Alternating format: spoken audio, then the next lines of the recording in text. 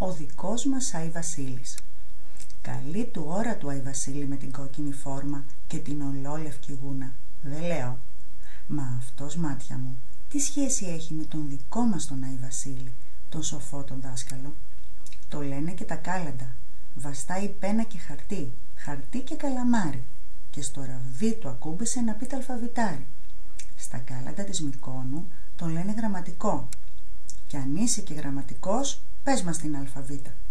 Και βέβαια ήταν γραμματικός και πολύ σπουδαγμένος, ένας από τους 3 ιεράρχες, και έγραψε πάμπολα συγγράμματα και έδωσε συμβουλές πώς να διαβάζουν τα παιδιά, πόση αξία έχει το διάβασμα.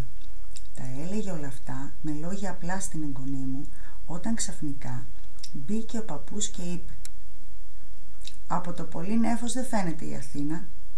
Και η εγγονή μου, που περιμένει τα δώρα της από τον καλό μας γραμματικό και δάσκαλο, ρώτησε με αγωνία: «Γιαγιάκα μου, λες να μην τη βρει την Αθήνα ο Άι Βασίλης με τόσο πολύ νέφος?»